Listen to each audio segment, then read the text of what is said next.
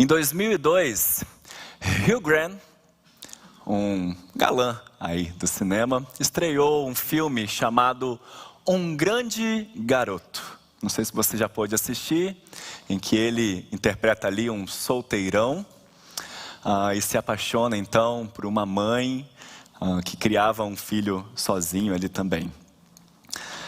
E logo no início desse filme, esse solteirão se vê num grande dilema. Ele percebe um pouco da sua luta interna entre aquilo que ele chama de liberdade de ser solteiro e o seu desejo de ter um relacionamento significativo. Bem no início, uma das primeiras frases, as primeiras falas dele, ele diz o seguinte: em minha opinião, todos os homens são como ilhas, e chegou a minha hora de ser uma.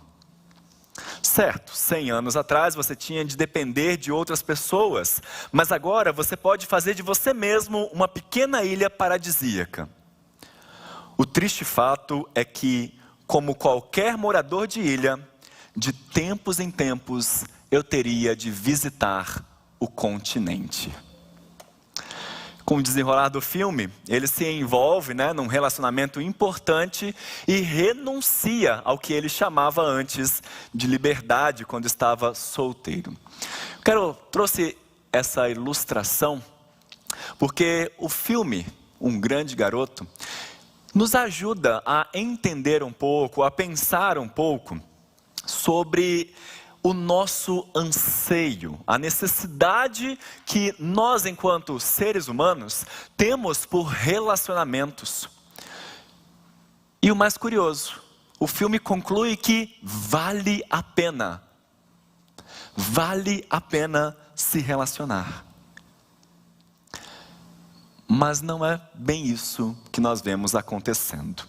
Cada vez mais, por uma série de inúmeros fatores, os relacionamentos significativos são com frequência evitados. Isso porque eles exigem trabalho, exigem sacrifício, exigem humildade, exigem desprendimento.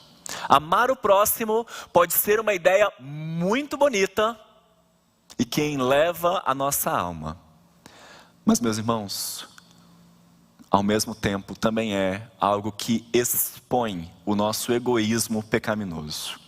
E a Bíblia vai reconhecer essa tensão que existe nos relacionamentos.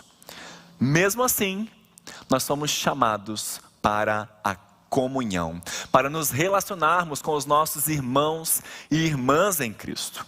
Hoje pela manhã, nós vimos que o grande princípio que deve mover os nossos relacionamentos, que deve guiar a nossa vida e que deve incentivar com que a gente busque relacionamentos ressignificados pela palavra de Deus, é a maneira como a Trindade se envolve consigo mesma. O Pai, o Filho e o Espírito Santo estão num eterno relacionamento de amor, de humildade, de entrega, de perdão, de harmonia.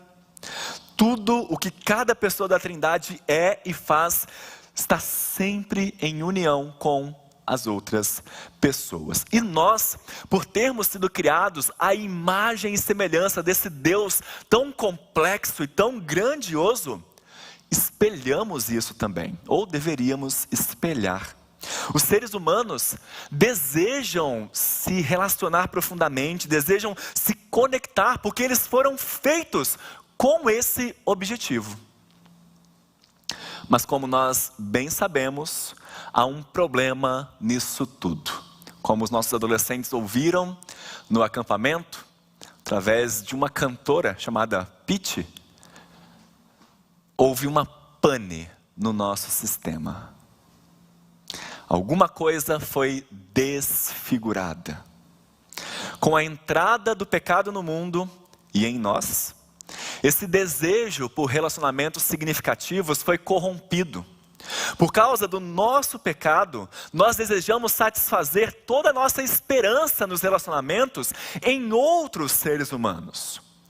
E aí se nós não obtemos o que nós desejamos, na maioria das vezes nós vamos nos vingar. Nós vamos fazer coisas pecaminosas e prejudiciais. Nós somos egocêntricos.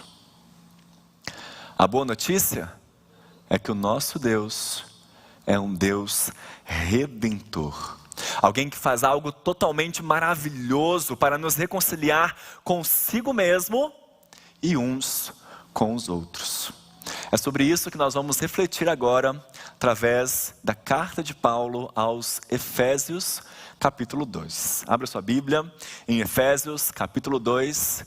O texto vai passar aqui para você na tela, mas se você tiver uma Bíblia, é importante que você acompanhe, que você verifique o texto, que você volte a ele durante a mensagem e reflita bastante sobre esse texto. Efésios capítulo 2, nós vamos ler a partir do verso 13, na verdade. Aqui na tela está aparecendo o verso 11, mas vamos começar a partir do verso 13. Efésios capítulo 2, a partir do versículo 13, que o Senhor nos abençoe na leitura e meditação da sua palavra. Amém? A palavra do Senhor nos diz: mas agora em Cristo Jesus, vós que antes estáveis longe, fostes aproximados pelo sangue de Cristo, porque Ele é a nossa paz, o qual de ambos fez um, e tendo derribado a parede da separação que estava no meio, a inimizade, aboliu na sua carne a lei dos mandamentos na forma de ordenanças, para que dos dois criasse em si mesmo um novo homem, fazendo a paz, e reconciliasse ambos em um só corpo com Deus, por intermédio da cruz, destruindo por ela a inimizade. E vindo, evangelizou paz a vós outros que estáveis longe, e paz também aos que estavam perto, porque por ele ambos temos acesso ao Pai em um Espírito. Assim já não sois estrangeiros e peregrinos, mas concidadãos dos santos, e sois da família de Deus, edificados sobre o fundamento dos apóstolos e profetas, sendo Ele mesmo, Cristo Jesus, a pedra angular, no qual todo edifício bem ajustado cresce para santuário dedicado ao Senhor, no qual também vós juntamente estáis sendo edificados para a habitação de Deus no Espírito. Meus irmãos, o que Paulo estava falando até aqui com os Efésios? Ele estava tratando, desde o início do capítulo 1, sobre a obra de Deus em nossa vida. Ele diz que Deus, através de Jesus Cristo, nos abençoa com toda sorte de bênçãos nas regiões celestiais. Ele nos escolheu, Ele nos redimiu pelo sangue de Jesus, Ele derramou a sua graça sobre nós, Ele nos tornou a sua herança, Ele nos selou com o Espírito Santo da promessa. Quando nós estávamos mortos em nossos delitos e pecados, Deus enviou o seu Filho para nos trazer a vida. Paulo vai mostrar que quando nós colocamos a nossa confiança na obra do Pai, do Filho e do Espírito Santo para nos tornar aceitáveis na sua presença, e rejeitamos a nossa própria tentativa de nos fazer aceitáveis diante de Deus, Ele não só graciosamente perdoa os nossos pecados, Ele também nos adota como filhos. E é daí que nós temos tanto o costume de chamar Deus de Pai, o nosso Pai perfeito, o nosso Pai precioso, o Pai das luzes. E é aqui que nós precisamos colocar nossa atenção. Muitas vezes, quando nós falamos sobre sermos adotados por Deus, nós tratamos isso como algo individual. Eu fui chamado para ser filho de Deus. Você foi alcançado por Cristo, você foi tocado pelo Espírito Santo de Deus para ser filho do nosso Pai Celeste. Isso é verdade, mas a sua adoção vai além de uma bênção individual. Você foi adotado para fazer parte de uma nova família. E isso significa que essa bênção da adoção tem um aspecto não só individual, mas um aspecto coletivo também, um aspecto comunitário. E é por isso que a ênfase de Paulo, num texto que nós lemos, está em dizer aos cristãos que eles fazem parte de algo maior do que eles mesmos, quando estão isolados, quando estão separados. Quando Cristo nos traz para a família de Deus, nós nunca mais estamos sozinhos. Não importa quanta asneira nós tenhamos cometido em nossa vida no passado, nós não estamos mais sozinhos. A mudança, a transformação, o crescimento espiritual é algo que Deus pretende que o seu povo experimente em conjunto. É um alvo corporativo. Aquilo que Deus faz com cada um de nós, aquilo que Deus faz com indivíduos, é parte de uma história muito maior, da redenção, que envolve todo o povo de Deus, desde o princípio do mundo. Quero lembrar a você que Paulo está se direcionando aqui àqueles cristãos que vinham de uma origem gentílica, ou seja, aqueles que não eram judeus antes da sua conversão. Havia uma grande barreira, um enorme preconceito, inclusive, porque os judeus não podiam sequer se misturar com essas pessoas. E é por isso que ele diz aí que eles estavam alheios às promessas da aliança, ou às alianças da promessa. Mas a obra de Jesus na cruz trouxe os gentios para perto, numa nova condição de relacionamento, não só com Deus, mas também com outros cristãos. E aqui nós temos mais uma chave, e uma doutrina muito profunda, que nós começamos a falar hoje de manhã. Porque tudo isso só é possível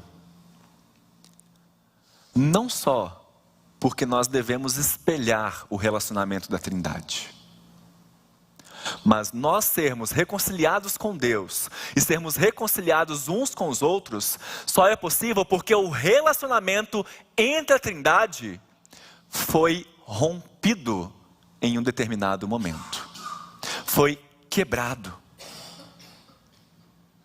Veja só comigo novamente o final do versículo 13. Mas agora em Cristo Jesus, vós que antes estáveis longe, fostes aproximados pelo sangue de Cristo.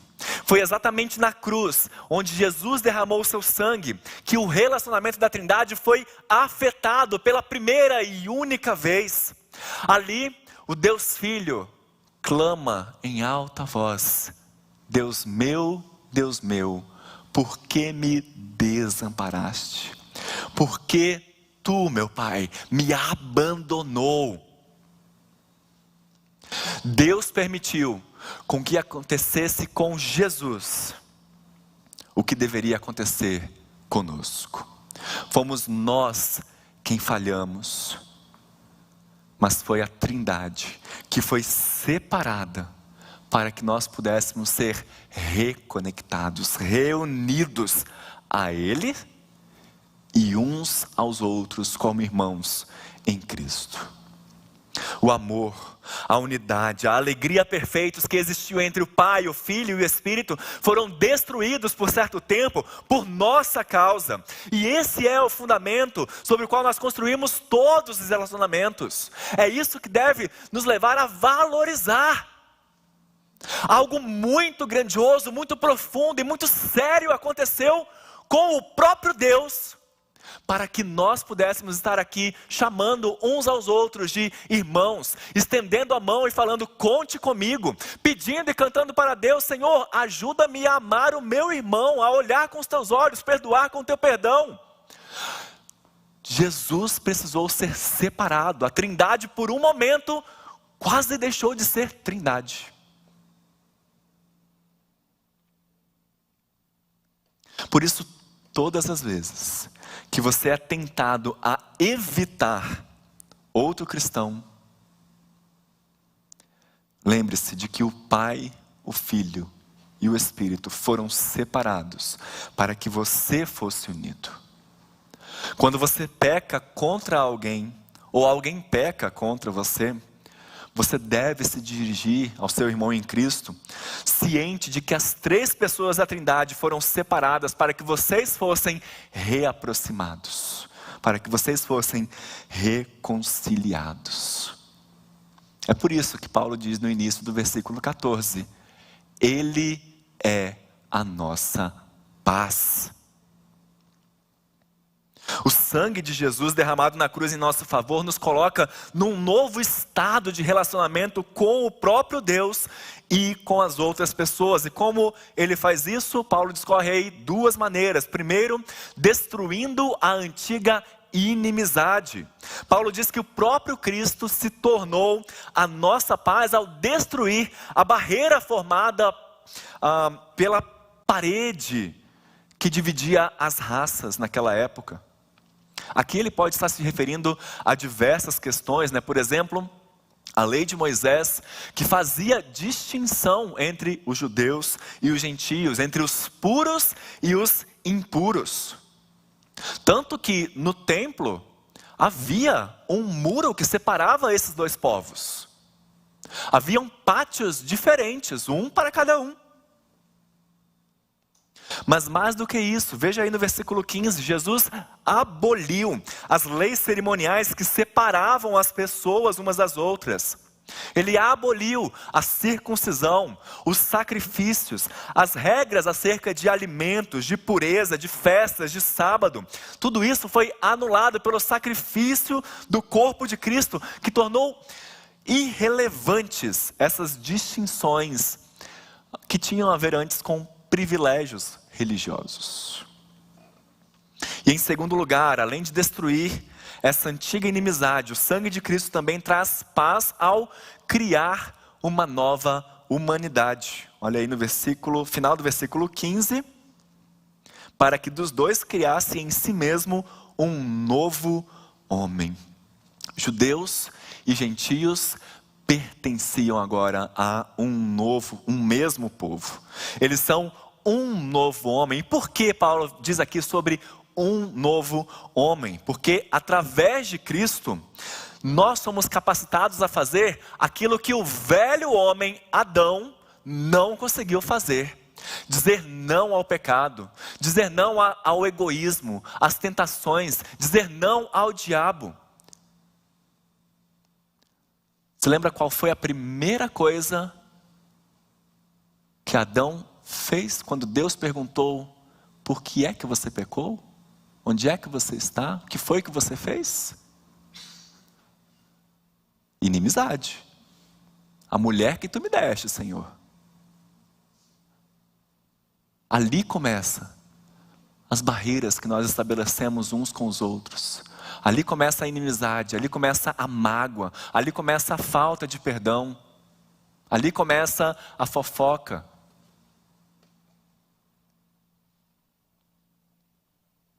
Tudo o que prejudica os nossos relacionamentos começa em Adão e é resolvido em Cristo. Ele nos capacita a vencer todos esses desafios. Ele nos capacita a superar as barreiras que nos separam uns dos outros. Em outras palavras, Cristo começou a fazer aquilo que Ele irá completar com a sua volta. Transformar num mesmo povo pessoas de cada nação, tribo, cultura e línguas. Deus deseja relacionar-se conosco como uma única raça, tão unificada a ponto de ser considerada um só corpo, que é incompleto, uma parte sem a outra.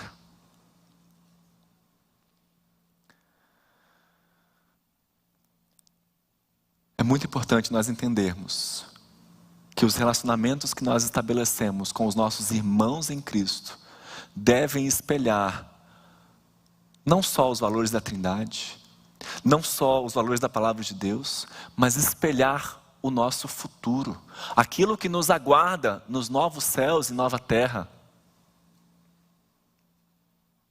Isso que nós deveríamos viver aqui é um vislumbre, um antegosto do céu. E enquanto nós não percebermos isso, não entendermos que devemos superar essas barreiras, nós não vamos ter energia para nos aproximar daqueles que estão se afastando. Nós não vamos ter graça para perdoar e muito menos vamos desejar nos relacionar em amor com as pessoas que são diferentes de nós. E é isso que é a igreja, é isso que nós precisamos entender, que aqui é o lugar para nós enfrentarmos juntos a ansiedade, as contendas interpessoais, a necessidade de perdoar, enfrentarmos juntos a lascívia, os transtornos familiares, a incredulidade, o temor dos homens, a hipocrisia, o desemprego, as enfermidades, a falta de amor, a idolatria, as discórdias conjugais. É aqui que nós somos ajudados, que nós somos responsabilizados e animados mutuamente. É aqui que nós sofremos, nós celebramos, nós rimos, nós ofendemos, mas nos reconciliamos e toleramos uns aos outros. Aqui nós procuramos seguir o ensinamento de Jesus Cristo sobre o maior mandamento: amar a Deus sobre todas as coisas e ao próximo como a nós mesmos. Portanto, irmãos, o que Deus está procurando produzir no seu povo? Ele deseja que nós sejamos um povo que procure uns aos outros dentro dessa comunidade em que Ele nos colocou. Ele retirou todas as barreiras para que nós sejamos um povo que tenha esperança, que ame, que sirva em conjunto. Não dá para nós lermos Efésios capítulo 2 e sair com a ideia de que o cristianismo é algo que nós conseguimos viver somente como indivíduos. Viver de maneira isolada. Uma fé na qual o que importa é aquilo que você passa com Deus somente. Você provavelmente já ouviu alguma pessoa dizer: sim, eu sou um cristão, mas eu não vou à igreja. Não preciso de igreja. Eu posso cultuar a Deus aqui em casa, no meu cantinho. Eu posso viver a minha fé aqui isolado. O que é mais importante é a minha devoção pessoal a Cristo, não é mesmo? Será que é mesmo? A Bíblia nunca separa as duas coisas. A nossa salvação pessoal nos liga a Deus e ao seu povo. O nosso relacionamento pessoal com Cristo nos une a outros cristãos aqui e agora. E nós já vimos como Paulo expressa essa verdade aqui. Ele diz que Jesus destruiu a parede da separação para criar em si mesmo um novo homem. Ele diz que nós somos concidadãos dos santos, que nós pertencemos à família de Deus, que nós estamos juntamente sendo edificados para a habitação de Deus no Espírito. E é por isso que nós não podemos ser os cristãos que Deus deseja que nós sejamos, ficando sozinhos com Deus. Essa não é a intenção divina. E se você ainda tem dúvidas disso, deixa eu te mostrar mais alguns textos da Bíblia que vão nos esclarecer. Por exemplo, lá no Antigo Testamento, a gente tem, na verdade, a tendência de ler a Bíblia de forma tão individualista, achando que é simplesmente Deus falando aquilo ali para mim, que eu esqueço o aspecto comunitário da Bíblia. Nós precisamos ser novamente incentivados a ver todos os aspectos relacionais que a Bíblia nos traz.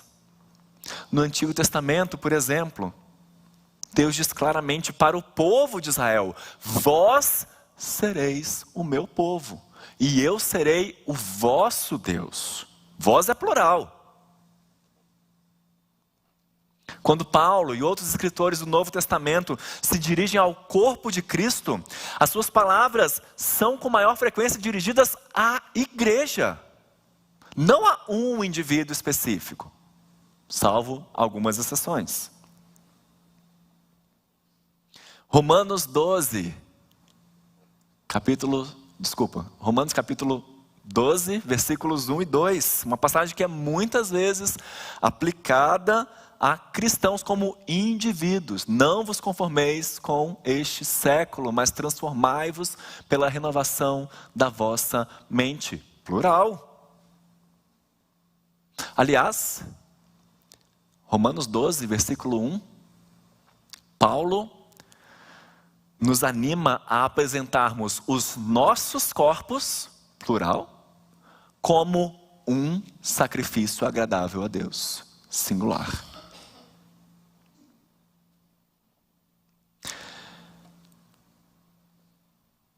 E é por isso que eu quero voltar a uma pergunta que você viu no vídeo que nós passamos aqui, antes de começar a mensagem.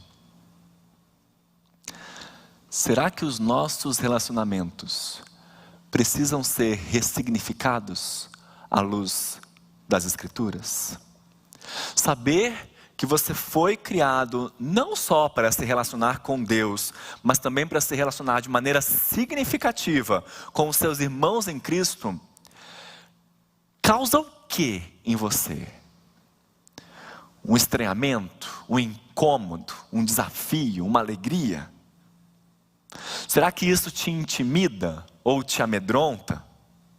Isso te encoraja ou já te deixa cansado, sabendo que vai ser difícil? Você vai ter trabalho. E mais, atualmente a sua vida te permite desenvolver relacionamentos que sejam profundos o bastante para ajudar outras pessoas e se ajudar a crescer e a mudar nos caminhos de Deus? A gente enxerga entre as pessoas que frequentam as igrejas alguns obstáculos que impedem com que os relacionamentos sejam, como nós estamos aqui encorajando, ressignificados pela palavra de Deus. Obstáculos que nós mesmos criamos. Deixa eu citar alguns exemplos, talvez você se reconheça aqui ou reconheça alguma pessoa, né? Às vezes, para evitar um relacionamento mais profundo, mais próximo, nós decidimos nos ocupar mais. Queremos mais cargos na igreja, fazer mais atividades, e assim eu consigo estar o tempo inteiro ocupado para poder me relacionar menos com as pessoas, ou manter os relacionamentos um pouco mais impessoais, mais distantes, mais ocasionais. Em outros casos, tem aqueles que fogem de relacionamentos mais próximos, né, mais íntimos, por serem amedrontadores, por apresentarem esse desafio de você conviver com uma pessoa nova, com uma pessoa que teve uma outra história completamente diferente da sua, uma personalidade diferente da sua. Às vezes nós acabamos, inclusive, nos envolvendo em muitas atividades da igreja sem nos ligar verdadeiramente às pessoas. Nós ministramos aos outros, mas nunca permitimos ser ministrados. Nunca permitimos que outras pessoas ministrem a nossa vida. Ou o contrário, a gente só quer receber, mas nunca nos disponibilizar. Pior, essa aqui eu reconheço que já pratiquei, tá? Quando nós utilizamos a teologia como um substituto aos relacionamentos. Nós queremos conhecer a Deus, queremos estudar, queremos saber mais, e eu estou aqui, só conhecendo, só sabendo, né? Sei tudo de hebraico, mas não consigo me relacionar com o meu irmão em Cristo. Não busco a Deus, não busco ao seu povo. Será que algum desses casos é aplicável a você? Se sim, traga à sua mente, renove em sua vida a certeza que a palavra de Deus nos dá. Deus tem um projeto comunitário para nos reconciliar com as pessoas. É fácil, meus irmãos, nós ficarmos preocupados, presos em nossas próprias vidas e esquecermos da importância da comunidade na nossa jornada de fé. Mas Deus tem um projeto maravilhoso para nos unir em Cristo e nos reconciliar com aqueles que antes eram estranhos para nós. Em Cristo, todas essas barreiras já foram derrubadas. Sejam elas as nossas diferenças raciais, culturais, socioeconômicas, políticas. Jesus nos reconciliou com Deus e uns com os outros. E Ele é o único que pode curar as divisões que nos separam e nos unir em uma comunidade de amor. Essa nova identidade que nós recebemos dele nos permite ver uns aos outros como irmãos e irmãs em Cristo, não importa quais diferenças nos separem. E tendo essa certeza, eu quero sugerir 3 aplicações desse trecho de Efésios 2 para a nossa vida. A primeira delas é: busque reconciliação com aqueles de quem você se afastou. Busque reconciliação com aqueles de quem você se afastou. Nós já vimos que como cristãos, nós somos chamados a seguir o exemplo de Cristo em nossos relacionamentos, buscando a reconciliação sempre que possível. E isso pode significar, meus irmãos, pedir perdão por algo que você fez, ou perdoar alguém que te machucou. Claro, eu preciso reconhecer que essa é uma tarefa muito difícil, mas uma tarefa importante e que faz parte do nosso viver cristão. É para isso que nós somos chamados, é para isso que Cristo nos alcançou. Por isso é importante que a gente esteja sempre pedindo a Deus que sonde o nosso coração. Precisamos reconhecer se há algo que nós fizemos para afastar alguém, se há mágoas que nós estamos guardando em relação a alguém. E em seguida, buscar essa pessoa. Busque ter uma conversa honesta, uma conversa aberta com a pessoa, para expor os seus sentimentos, para trabalharem juntos e buscarem uma solução. Mais uma vez, essa busca não é fácil, pode levar tempo. E cá entre nós, nem mesmo é uma garantia de que esse relacionamento vai ser restaurado completamente. Mas é uma forma de você mostrar amor e humildade aos outros. E de buscar a paz que Deus tem preparado para os nossos relacionamentos. Em segundo lugar, crie um ambiente acolhedor para aqueles que são diferentes de você. Nós vimos que Cristo nos uniu numa nova comunidade que é independente das nossas diferenças culturais, étnicas, históricas. Como cristãos, meus irmãos, nós somos chamados a refletir essa unidade em nossa própria vida, em nossa própria comunidade. E isso significa acolher, valorizar as diferenças. Ao invés de fazermos o que a gente adora fazer: julgar as pessoas, excluir, deixá-las de lado, deixá-las de canto, dizer não. A comunidade de Cristo Jesus é formada por pessoas de diferentes origens, culturas, histórias de vida. Então, em vez de excluir aqueles que são diferentes de nós, devemos buscar recebê-los de braços abertos. Assim como nós fomos recebidos de braços abertos por Cristo Jesus.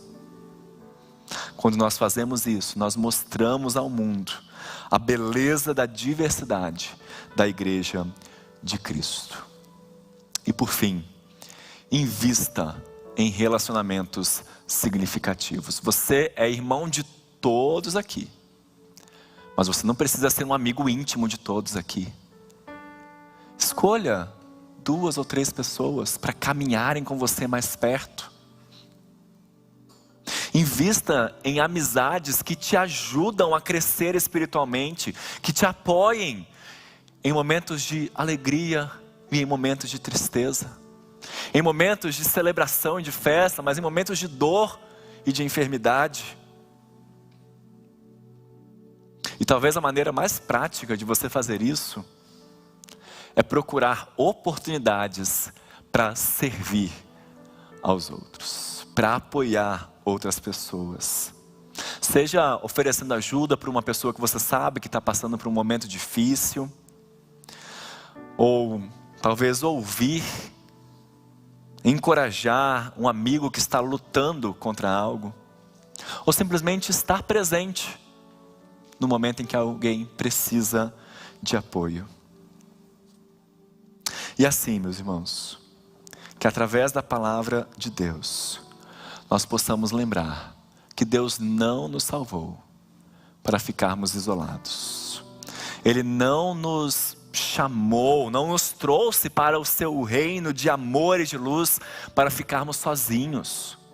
Nós somos chamados a nos relacionar e a viver esses relacionamentos à luz da sua palavra. Por isso que Deus nos abençoe e nos ajude a cada dia a fazermos desse seu projeto comunitário, sermos instrumentos dele, nos fazendo membros diferentes de um mesmo corpo, que age no mundo para a honra e glória de Deus. Amém?